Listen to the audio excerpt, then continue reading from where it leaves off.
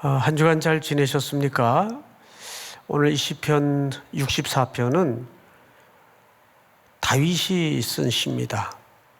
인도자를 따라 부르는 노래라는 것으로 봐서 이 시는 개인의 탄식의 내용이 담아져 있는 것 같이 써져 있지만 공동체를 위한 시로 보는 것이 맞습니다.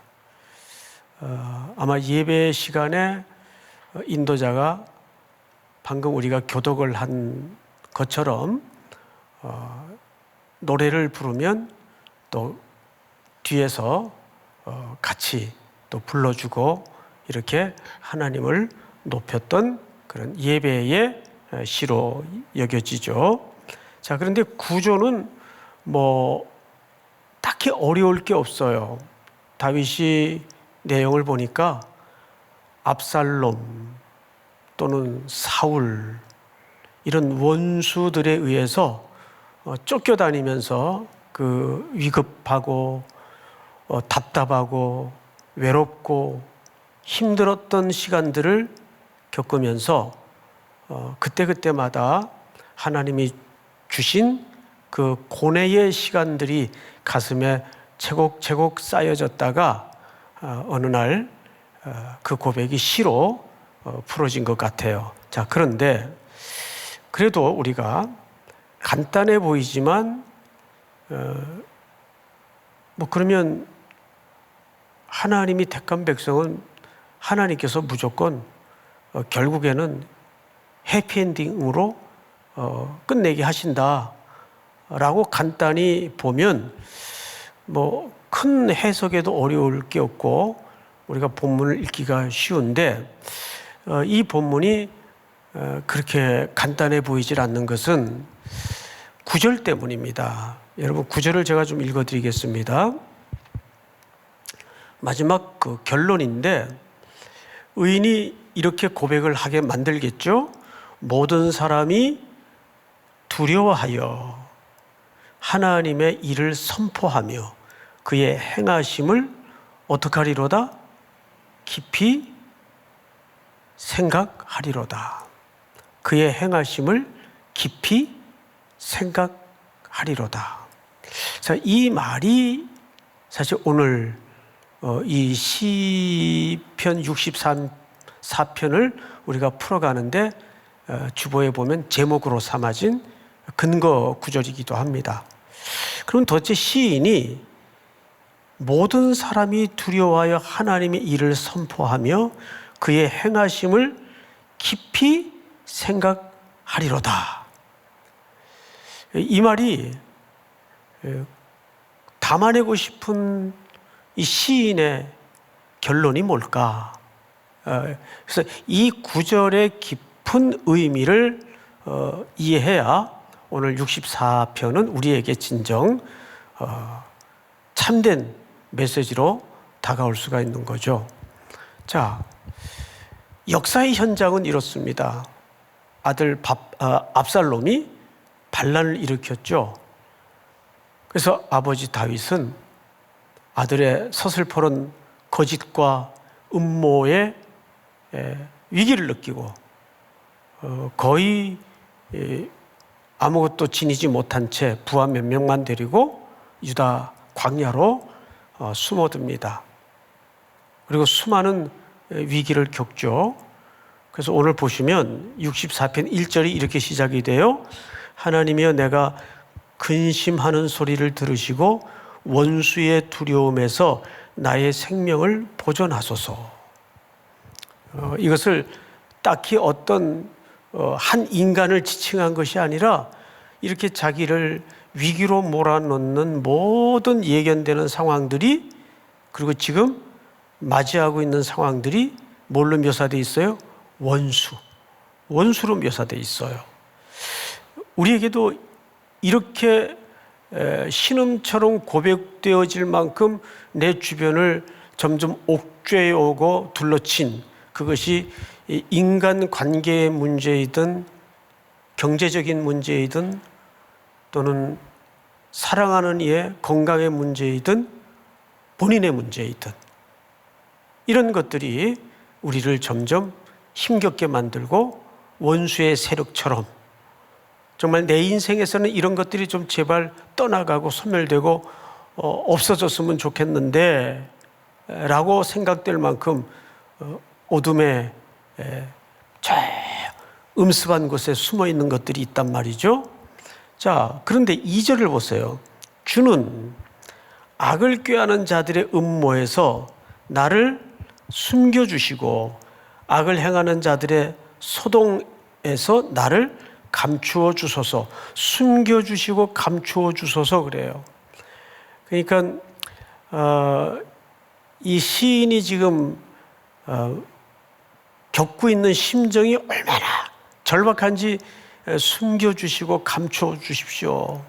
우리도 너무 현장과 현실이 힘들면 어디 좀 아무도 모르는데 이런 거 좀 없는데 이런 시련이 존재하지 않는 곳에 어디 훌쩍 좀 숨어버렸으면 좋겠다. 내일 아침이 오지 않았으면 좋겠다. 뭐 이런 심정이 현대인들에게 얼마나 많겠어요. 나를 감추어 주시고 나를 숨겨 주십시오. 이거 너무 절박한 거예요, 지금. 원수의 세력과 그들의 거짓과 그들의 공격이. 압살롬은 지금 성문에 앉아가지고 계속 백성들을 자기 편으로 꼬드기면서 아버지에 대해서 거짓말을 계속합니다. 아주 과장된 제스처를 하면서 허리를 굽신거리면서, 소위 요즘 그 선거철이지 않습니까? 그렇듯이 정치적인 행위를 계속해서 결국은 그런 거짓된 말과 거짓된 행동으로 백성들의 마음을 싹 뺏어가요. 게다가 아히도벨이라는 다윗의 충성스러운 부하까지 그 아들에게 넘어가 버립니다. 그것을 딱 바라본 다윗은 대세는 기울었다. 도망가야 되겠다. 하고 부하 몇 명만을 데리고 죽으림을 다해서 피합니다. 그럼 궁궐을 아들이 차지해요. 근데 그 궁궐에서 무슨 짓을 아들이 합니까? 아버지 후궁들을 천막을 사방이 툭 트여진 천막을 치고 백주대낮에 사람들이 보는 앞에서 범해요.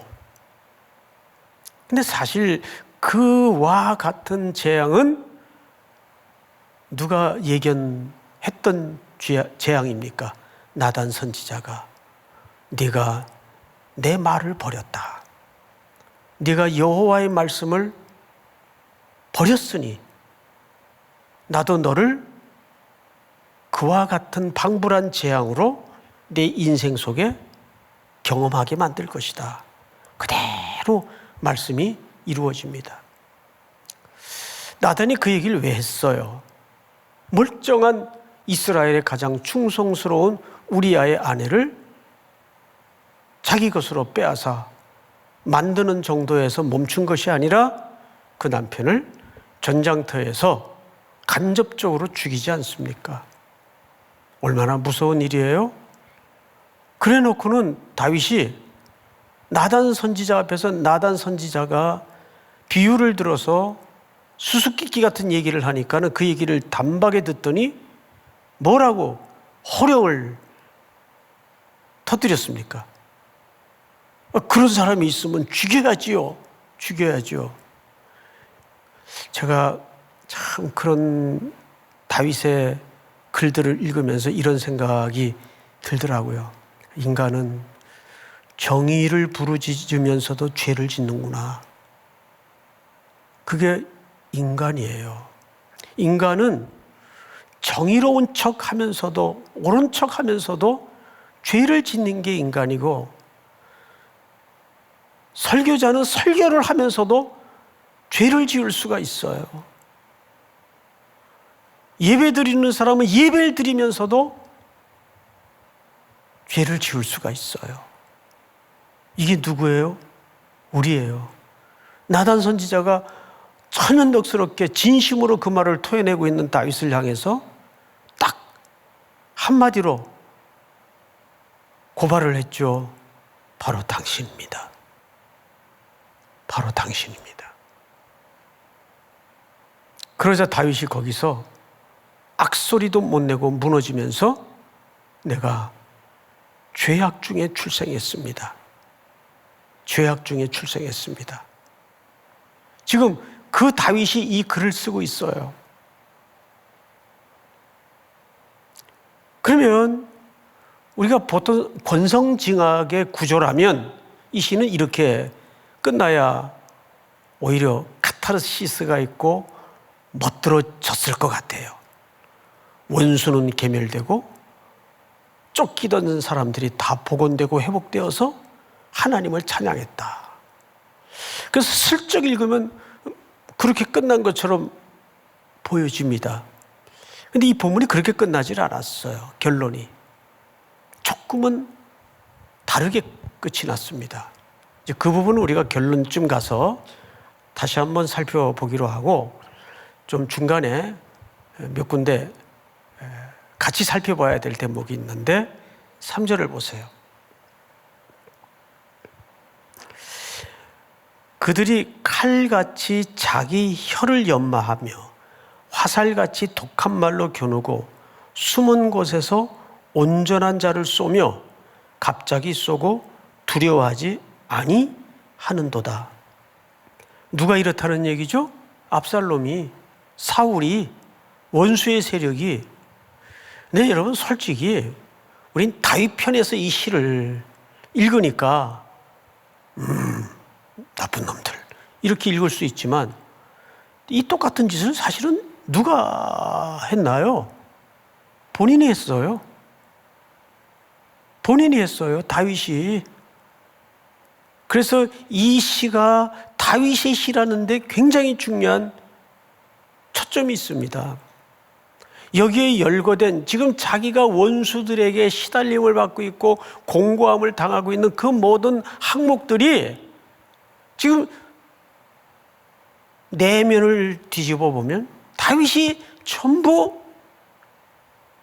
영적으로 중보자를 만나기 전에 저질렀던 내면의 죄들입니다.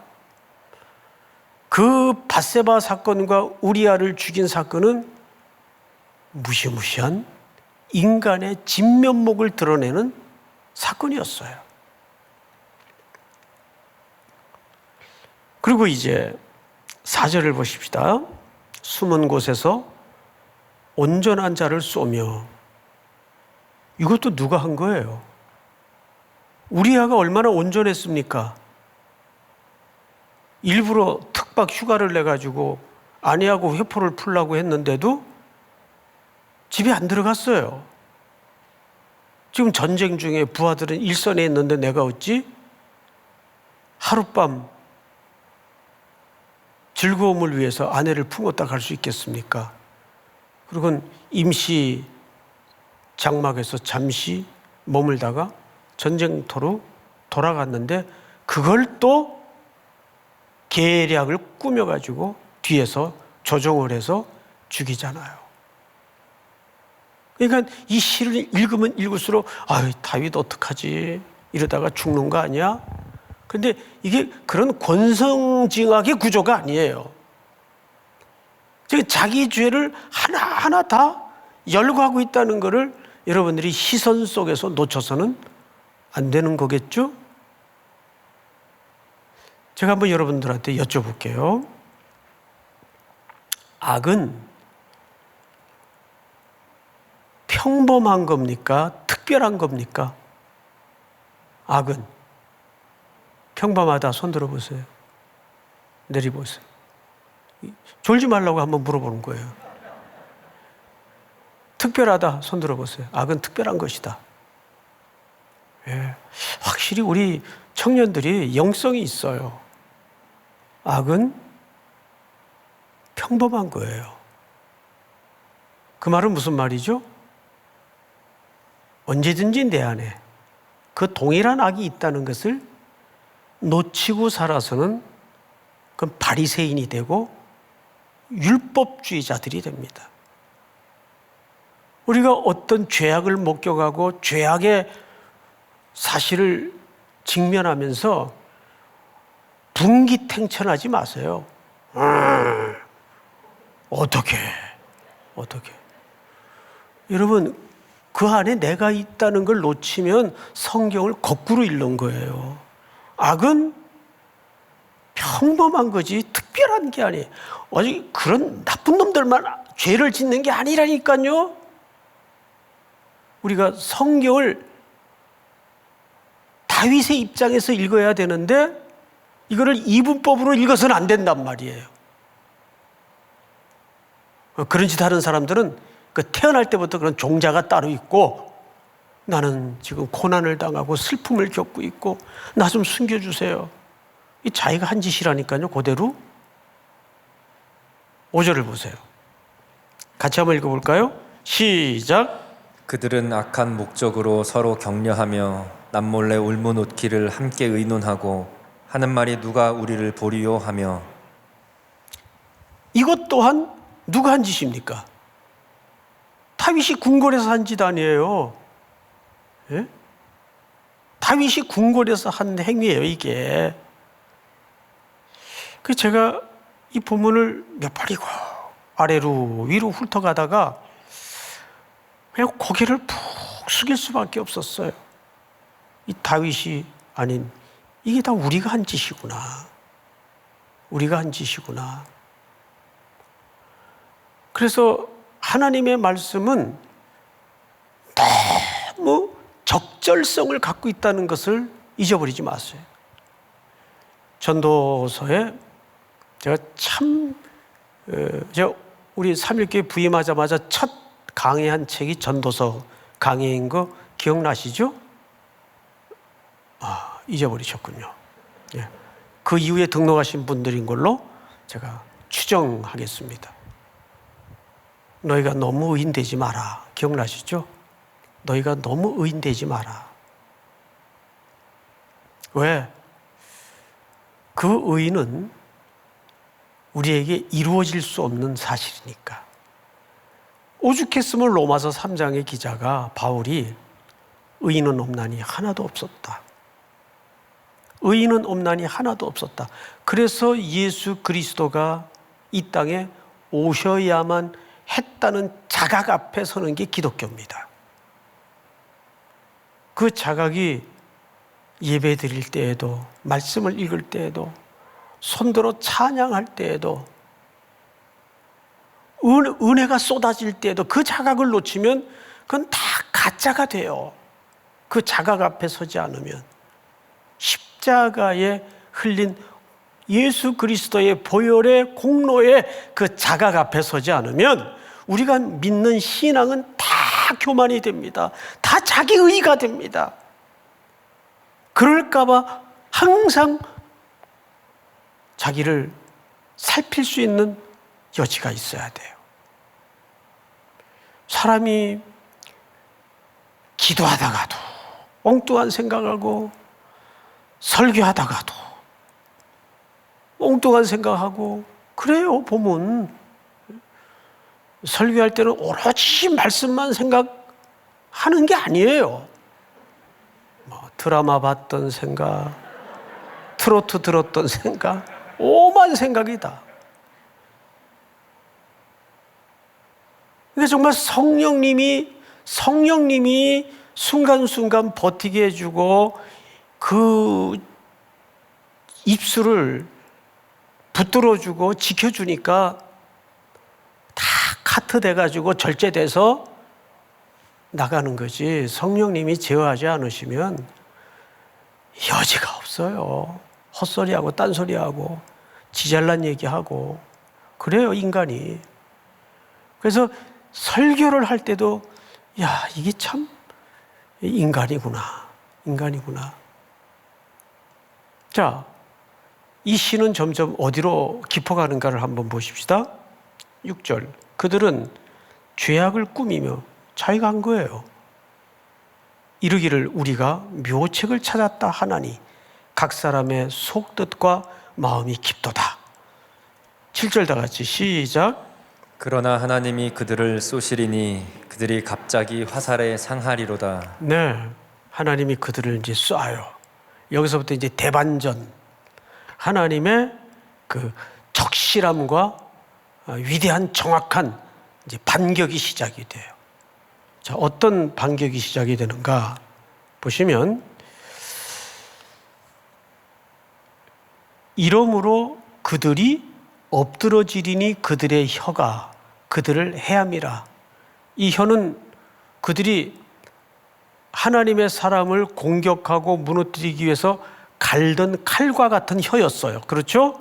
그런데 그들이 갈던 칼과 같은 혀가 오히려 그들을 무너뜨리는 빌미가 되고 도구가 되더라 그 말이죠. 이러므로 그들이 엎드러지리니 그들의 혀가 그들을 해함이라. 그들을 보는 자가 다 머리를 흔들리로다. 하나님의 정확한 반전이에요. 심판의 적절성이고, 자, 이제 9절부터는 결론이면서 무슨 내용이 시작되는가 하면, 모든 사람이 두려워하여 하나님의 일을 선포하며 그의 행하심을 어떻게 하리로다? 깊이 생각하리로다. 이런 히브리 기자가 후대 독자들에게 뭐라고, 히브리서의 결론 같은, 히브리서는 구약의, 신약의 구약이죠. 예. 말씀을 남겼습니까? 예수를 깊이 생각하라. 예수를 깊이 생각하라. 그래서 이 구절은 이렇게 번역을 하는 것이 전체 원문의 의도에 맞습니다. 다시 한번 그 원문의 워딩에 맞게끔 제가 사역이지만 한번 읽어보도록 하겠습니다. 모든 사람이 두려워하여 하나님의 일을 선포하며 그랬는데, 하나님이 완성하신 일, 하나님이 완성하신 일을 선포하며 그의 행하심, 이것도 하나님의 온전하심, 이를 깊이 생각하리로다. 그러면 이 말이 무슨 얘기가 됩니까? 이렇게 시인은 위급한 상황에서 처음에는 자기의 니즈를 쫓아 전전긍긍하면서 구구절절 악인들의 죄악들의 모습을 열거하면서 하나님 앞에 탄원하고 기원했어요. 그런데 우리가 후대에 그 글을 읽으면서 시편을 들여다보니까 그 조목조목 악인들의 행위가 다 누구의 행위였습니까? 다윗의 행위가 아니죠. 우리의 행위였어요. 그러니까 여기서 화자를 혼돈해서는 안 돼요. 이 시편의 얘기는 저 누군가 모를 제3자, 이 다윗을 괴롭히는 그 악인들의 얘기가 아니에요. 그들의 얘기면서 동시에 이 시를 쓰고 있는 다윗의 얘기고, 다윗의 얘기면서 동시에 이 시는 누구의 얘기입니까? 우리의 얘기예요. 우리의 얘기. 그래서 9절은 시인이 그렇게 탄원하고 기도하다가 하나님의 응답과 결말을 어떻게 깨달았는가 하면, 내가 의로워서 이겼다 이렇게 깨닫지 않았어요. 10절의 그 근거를 이렇게 시인이 노래하고 있죠. 의인은, 기준입니다. 의인은 누구냐? 여호와로 말미암아 즐거워하며 그에게 뭐하는 자? 피하리니. 피하리니. 마음이 정직한 자는 다 자랑하리로다. 여러분, 다윗이 우리아와 밧세바 사건을 저지른 후에 넘어진 후 쓴 시를 보면 뭘 정하게 해달라 그랬어요? 내 심령을 주의 우슬초로 정하게 하사. 내가 죄악 중에 태어났으며 어머니 모태에서부터 악 중에 출생하였나이다. 그러니까 마음이 정직하다는 건 나는 의롭게 살았으니까, 정직하게 살았으니까 이렇게 구원을 받아, 그 얘기 아니에요. 두 가지입니다. 다윗이 사울과 달랐던 것은 뭐냐 하면, 그런 위경 때마다 죄가 저질러지고 죄가 엎어지고 할 때마다 그는 결국은 누구를 향할 줄 알았어요? 하나님께 피할 줄 알았단 말이에요. 믿습니까? 그것이 다윗의 꾀예요. 꾀, 지혜고 하나님의 긍휼에 들어갈 줄 알았어요. 그게 정직한 겁니다. 그래서 아버지는 상한 심령을 기뻐하시지 제사를 기뻐하지 않는구나, 그렇게 노래할 수 있었던 거예요. 다윗은 자기가 얼마나 썩어 문드러진 상한 존재임을 깨달았죠. 그게 정직한 거예요. 인간의 그 진위가 이런 것들을 겪으면서 드러난 거죠.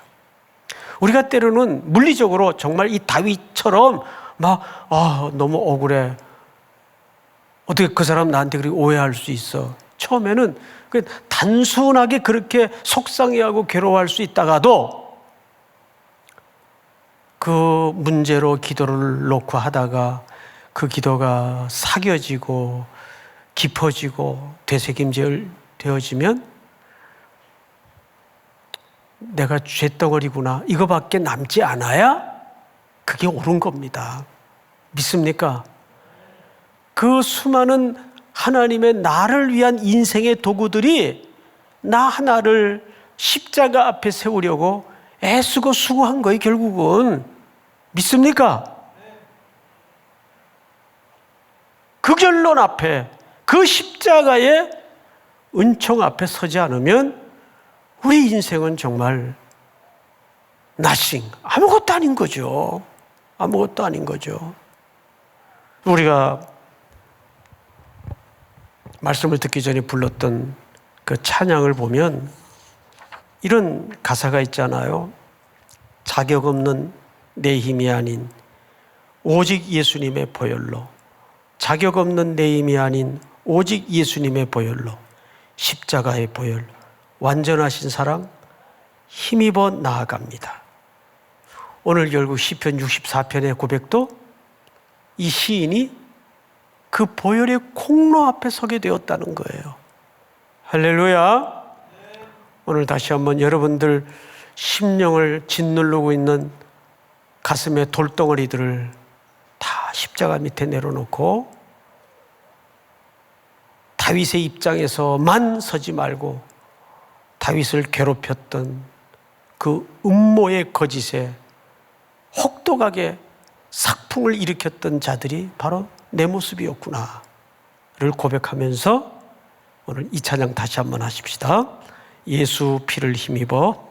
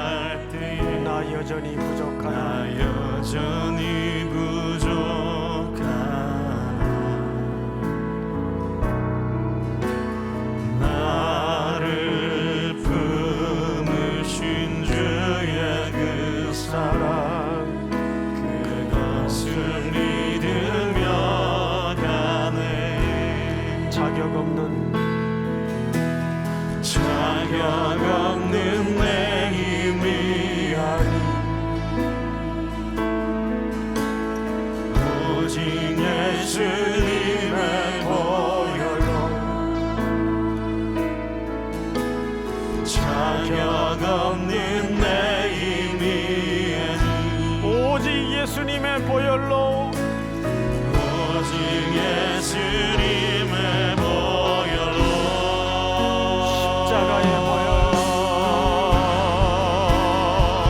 십자가의 보혈,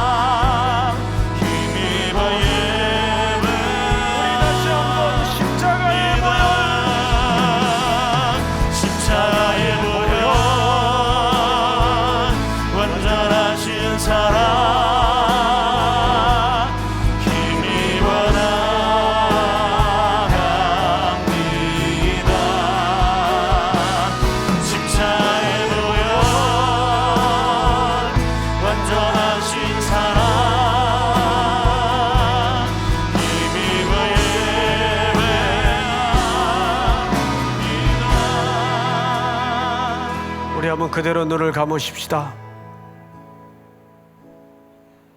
결국 인류의 모든 마지막 종착지는 십자가 앞에 보혈의 공로를 회복하고 기억하는 일입니다. 오늘 이 밤에 여러분들이 가지고 나온 모든 생의 무거운 짐들, 고달픈 인생의 사연들, 결국 그 자체에 목적이 있지 않아요. 그런 고단한 사연들을 통해서, 일들을 통해서 우리를 십자가에로 이끌고 가십니다. 오늘 다시 한번 주신 말씀 붙들고 이것이 다윗의 시이기 전에 우리의 고백임을 기억해서 오늘도 이 밤에 십자가 만나는 복된 긍휼을 입도록 인도해 주시옵소서. 하나님의 긍휼을 구하면서 여러분들이 가지고 나온 기도의 제목들, 4월 달에 있어질 일꾼 선출과 특별히 다음 한 주 고난주간이겠죠. 이제 이 한 주간에 다시 기도를 회복하라, 이 주제를 놓고 기도할 때 우리 속에 하나님을 향한 진솔한 고백이 회복되는 한 주가 될 수 있도록, 주님의 고난을 기억하는 한 주가 될 수 있도록 이끌어 주시옵소서. 우리 주여 부른 다음에 소리내어 통성으로 기도합니다. 주여! 사랑하시는 하나님 아버지 감사합니다.